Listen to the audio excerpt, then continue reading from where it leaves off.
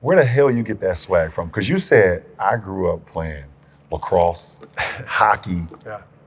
That right here, them ain't hockey moves. That ain't hockey swag. That ain't lacrosse swag. There's little bits in there.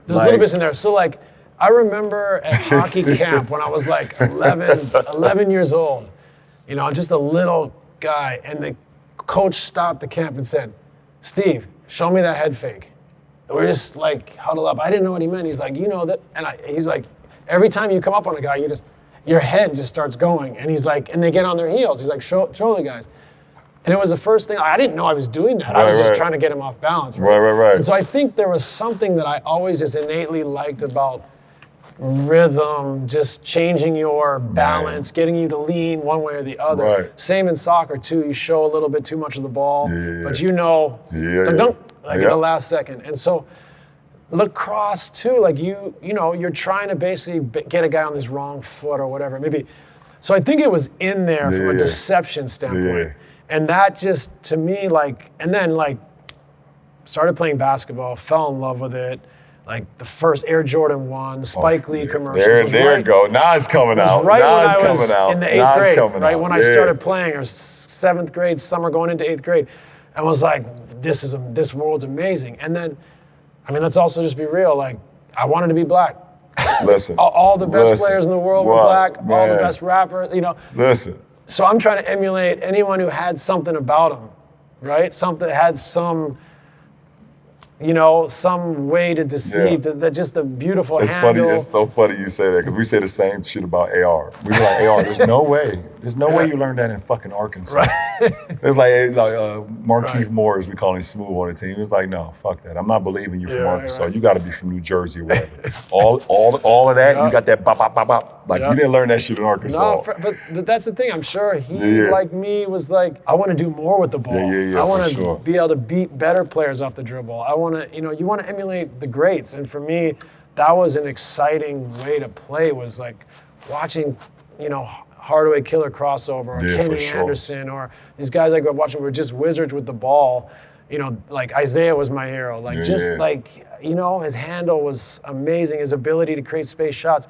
So that's what I wanted to be, right? I wanted to be that, and so I would be out there practicing all the time, like just trying to, and then you go play and you're trying to do it, and then you start getting a little success with it, and you build on it, right? I just build on it. And I think like eventually just playing and recognizing all I need is my hezi. I can just, you're not coming, one more. Yeah. You're not coming, one more. Oh, you're okay. I'm up. Oh, you're too close, gone. Right? It made the game simple. I didn't have, like I said, have to make too many dribble moves. I could pull, I could go left, I could go across. You could do it out of the right hand too. So I always preferred playing out of my left. It was more like natural for me. But I think, funny enough, because I sprained my ankle like in the 10th grade and refused to take time off. So like I went from a left foot jumper, not that I was ever a jumper, but left foot jumper to a right foot jumper, just because this ankle still to this day is not as the same, not as good. Right. I just never, I was like, I'm playing through this 6 weeks, I should be sitting down. Yeah. And so I think I just was better pushing off my right. Yeah. So I preferred playing out of my left. And it's funny, right, how all these little things add up to something. Yeah. I learned to play out of my right, of course, it's your right hand, but like that saved me so much as a player. Energy, simplicity, like getting myself in trouble, pick and roll setups, same as the hip swivel. Like I never wanted to turn my back. As a barely over 6 foot guard, I don't want to have my back to the basket. I want you to always feel the pressure I'm putting on you. So if I ever did have to turn my back, it was only to get back around. Right. So one of the things I did was really a hezi, is a hip swivel. So 1, 2, bop, bop. And then what are you going to do? You're going to come tight, I'm going to go by you. You fall off, I got the pull up. If I feel like you think you know what's going on, yank it back. So it all just kind of developed out of necessity, and then realizing how efficient I can be playing out of hesitation. It really helped me in pick and roll setups too. For sure. Because I would just play one-on-one. I wouldn't tell you the screen's coming. Yeah, for sure. For sure. As soon as you start, so off I go. So you go lean in one way, you go another way. 100%. And my belief in the pick and roll is like, and they say this as kids, but I don't think drilled down enough. for me, the pick and roll was made in the setup because that gave me space. So if you couldn't touch me when I'm coming off because I got you leaning, so that sometimes would be split right between before the screen, not after.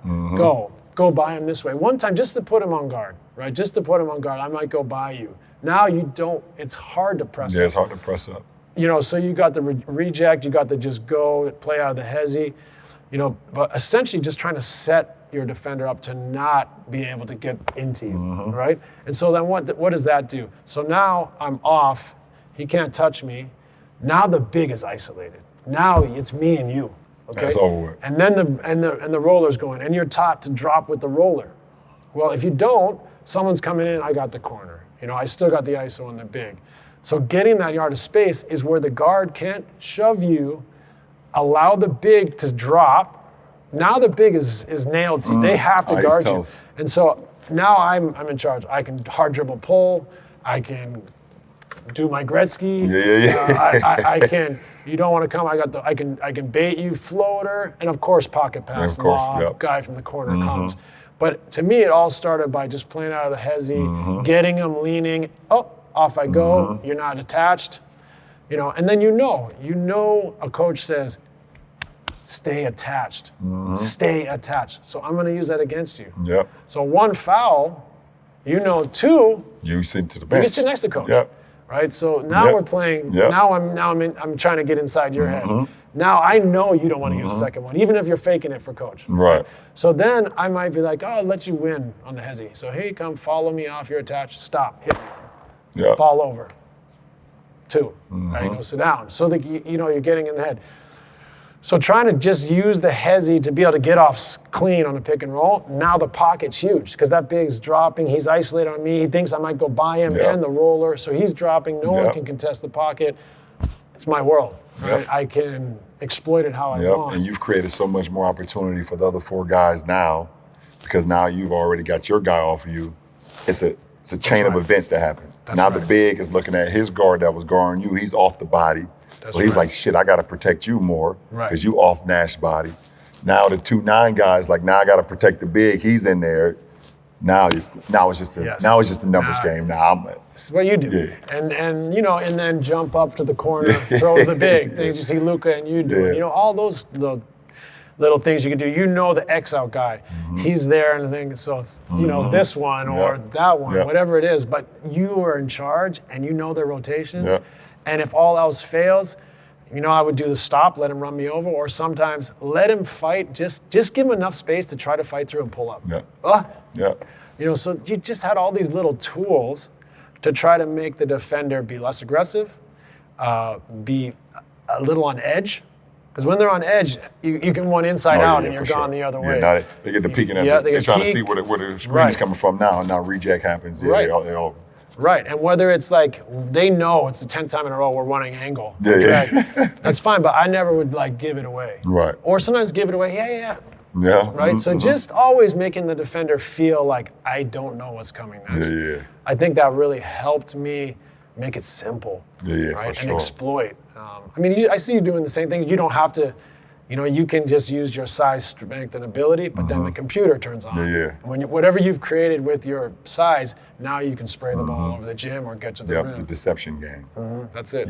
Deception. That was it. I wasn't. You was the master of the deception game. I wasn't fast. I was fast on the street. I wasn't fast in the league. So, I had to be deceptive and that was a huge, the hezzy, the separation of the pick and roll, all that stuff. It just had a huge impact on how I was able to be successful. You just listen, Steve Nash just broke down for all the 6'2" and under guys that want to play the game. That's it. That may not be faster, stronger, more athletic. He just broke it down on how you can still, master your craft and be. It's a deception game. And also make hundreds of shots a day.